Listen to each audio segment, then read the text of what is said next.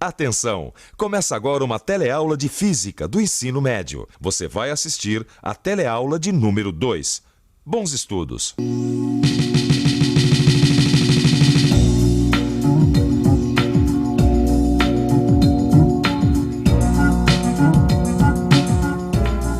Oi, você viu futebol do final de semana? Tem torcedor reclamando da barreira até agora. Não, olha, foi um joguinho disputado. Eu vi pela televisão e estava lendo aqui na revista, vou te contar. O placar continuava 0-0. Aí aos 45 minutos do segundo tempo, o juiz marca uma falta na entrada da área. Não, era meio gol. Ele conta os 10 passos regulamentares. E aí começa aquela confusão de sempre. Barreira, avanço, batedor da falta reclama, o juiz dá cartão amarelo, mas não adianta. Então o juiz autoriza a cobrança e a torcida fica na maior expectativa. E gol!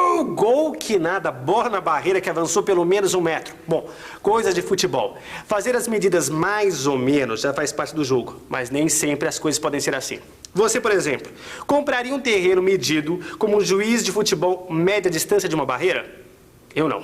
Às vezes é necessário uma precisão maior nas medidas. Na física, para fazer um gol, ou melhor, para resolver um problema, é preciso medidas precisas. A nossa teleaula de hoje está começando agora. Hoje você vai ver a importância das grandezas, padrões e unidades para as medições. Vai aprender o que são grandezas fundamentais e grandezas derivadas. E vai ficar sabendo da utilidade do Sistema Internacional de Unidades.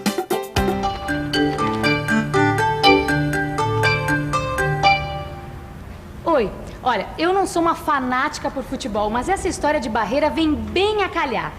Você sabia que durante muito tempo as medidas de comprimento foram feitas da mesma maneira que o juiz mede a distância da barreira?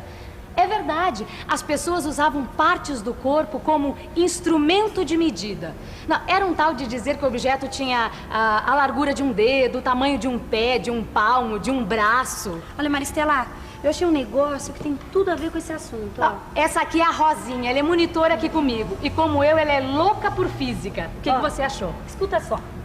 A largura de um dedo, o tamanho de um palmo, pé ou braço, o comprimento de um passo foram utilizados como medidas de comprimento durante séculos por todos os povos da antiguidade.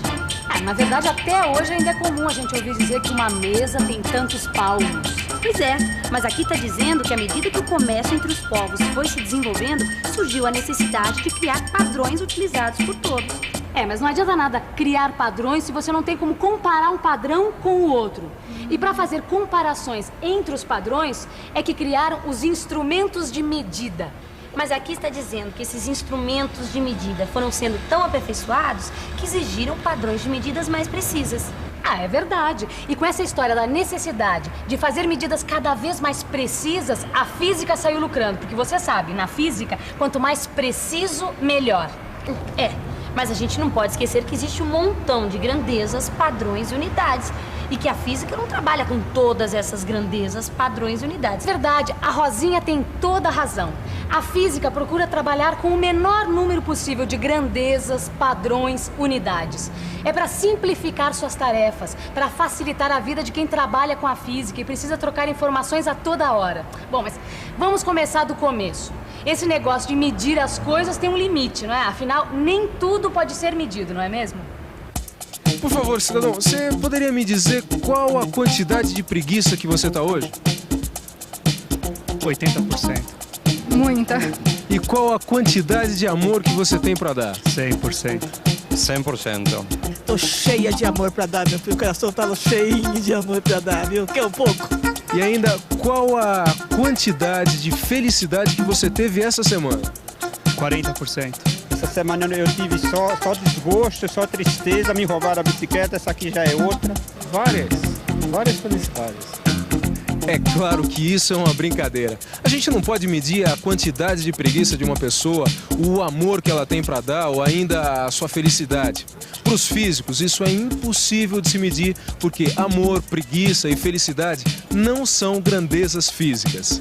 Grandeza física é tudo aquilo que pode ser medido e assim pode ser representado por um número e uma unidade. E voltando ao jogo de futebol, a gente encontra diversas grandezas físicas. Dá só uma olhada. A bola deve ter entre 400 e 500 gramas, deve estar a 9,15 metros da barreira e a partida deve durar 90 minutos. Ou seja, aqui estão implícitas 3 grandezas físicas e suas unidades. Bom, para não ficar nenhuma dúvida, vamos ver esses exemplos um por um. No caso da bola, a grandeza física é a massa e a unidade, o grama. No caso da posição da barreira em relação à bola, a grandeza física é a distância e a unidade, o metro. E por último, a duração do jogo. A grandeza física é o tempo e a unidade, o segundo. Massa, distância e tempo são exemplos de grandezas fundamentais. E essas grandezas fundamentais dão origem a outros tipos de grandeza, muito comuns no nosso dia a dia. Quer ver só? Nesses anúncios de apartamento para vender, uma das informações mais importantes é a área. A área é uma grandeza definida a partir da distância, que é uma grandeza fundamental. Uma das unidades de área é 1 metro quadrado, que vem do metro. Outro exemplo, um participante do rally percorreu 120 km de um dos trechos do percurso em 2 horas. Ou seja, sua velocidade média foi de 60 km por hora. A velocidade é definida a partir da distância e do tempo, 2 grandezas fundamentais. Sua unidade, nesse caso, é o quilômetro por hora. Por serem definidas a partir das grandezas fundamentais, elas são chamadas de grandezas derivadas. Grandezas derivadas e unidades derivadas. Bom, será que é isso? Ó, o metro quadrado deriva do metro. O quilômetro por hora deriva do metro e do segundo. É isso mesmo, Maristela? Perfeito, Rosinha, é isso mesmo. Grandezas derivadas e unidades derivadas. Mas veja bem, a gente usou a área e a velocidade apenas como exemplos. Tá cheio de grandezas derivadas por aí, como a força, a aceleração, a densidade e muito mais. Bom, mas vamos deixar isso para depois, para outras teleaulas, tá bom? Agora o importante é saber que existem grandezas fundamentais e grandezas derivadas. Ah, mas peraí. A gente acabou de dizer que para esse negócio de medidas funcionar de acordo, todo mundo precisa usar as mesmas grandezas, padrões e unidades. Senão não, né? Não dá para comparar. Mas é exatamente sobre isso que eu estava lendo aqui, Rosinha. Até algum tempo atrás, não existia um conjunto de unidades fundamentais que fosse reconhecido e adotado por todo mundo. Cada lugar media de um jeito e era uma complicação. Mas isso começou a mudar em 1948, quando esse conjunto começou a ser estabelecido. Em 1960, ele recebeu o nome de Sistema Internacional de Unidades, o famoso SI. E olha aqui estão as 7 grandezas fundamentais determinadas pelo Sistema Internacional de Unidades, o SI. Delas é que derivam todas as outras. Lê aqui pra gente. Então vamos lá.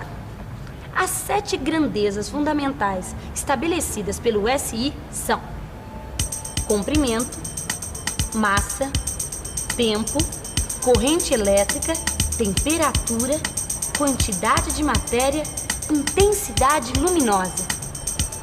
Você já sabe, mas é bom reforçar 3 unidades fundamentais do SI. O padrão de comprimento é o metro e o seu símbolo é o M minúsculo. O padrão de massa é o quilograma, símbolo KG minúsculos. E o padrão de tempo é o segundo, cujo símbolo é o S, também minúsculo. Agora, com essas unidades fundamentais, dá para deduzir algumas derivadas, não dá? Vamos pensar um pouco. Peraí, deixa eu ver. Unidades derivadas do SI. Ah, já sei. A área é uma grandeza derivada. Sua unidade é o metro quadrado, simbolizado pela letra M elevada ao quadrado.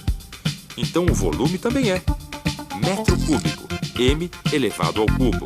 Ah, a velocidade. Unidade, metro por segundo. E símbolo, M/S. É claro que tem muitas outras, mas para começar, 3 já está muito bom.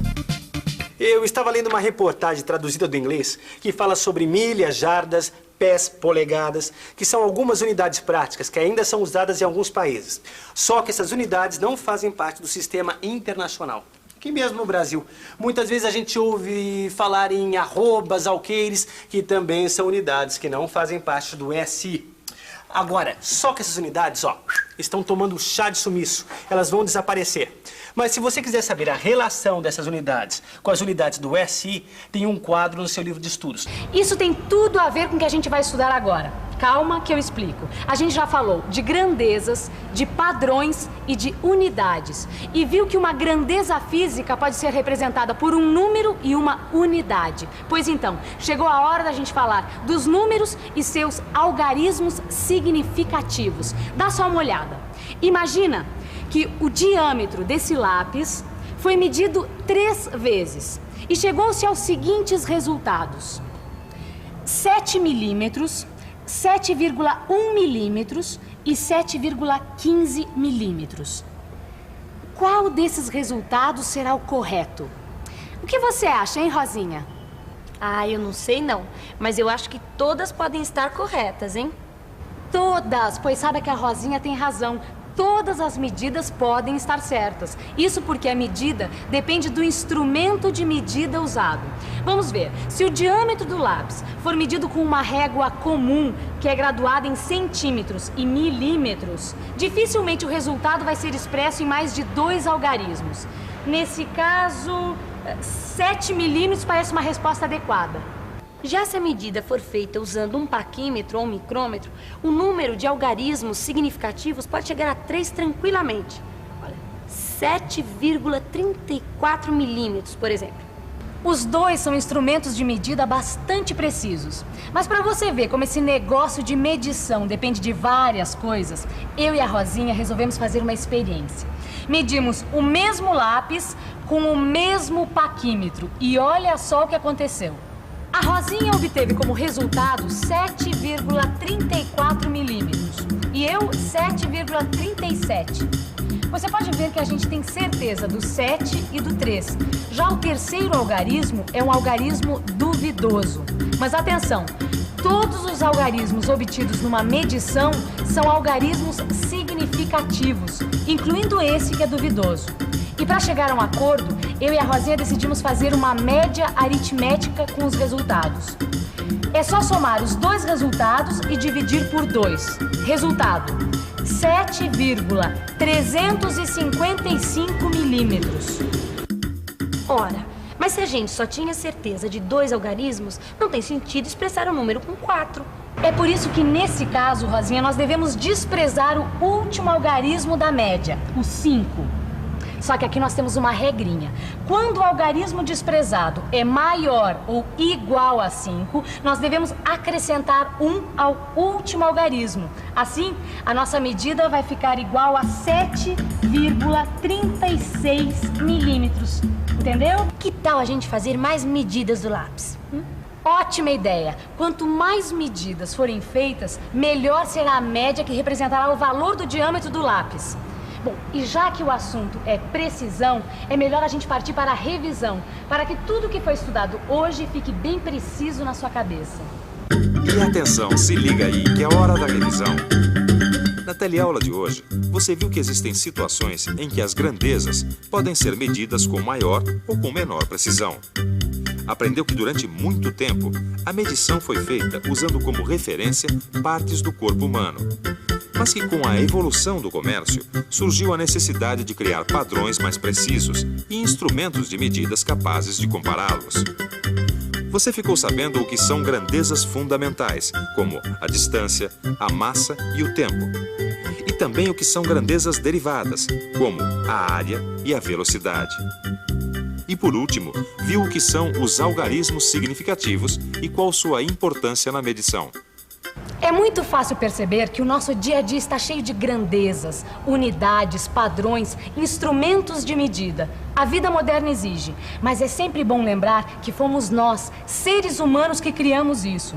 E que toda medida é um esforço que a gente faz para compreender e interpretar a natureza. Assim, não existe uma medida perfeita, mas é claro que existem tipos de medição adequados para cada caso. Na Fórmula 1, por exemplo, o tempo precisa ser medido em milésimos de segundo. Já a gente não precisa de tanta precisão para saber que a nossa teleaula de hoje chegou ao fim. Agora é com você. Até a próxima e bons estudos, hein? Tchau. Tchau.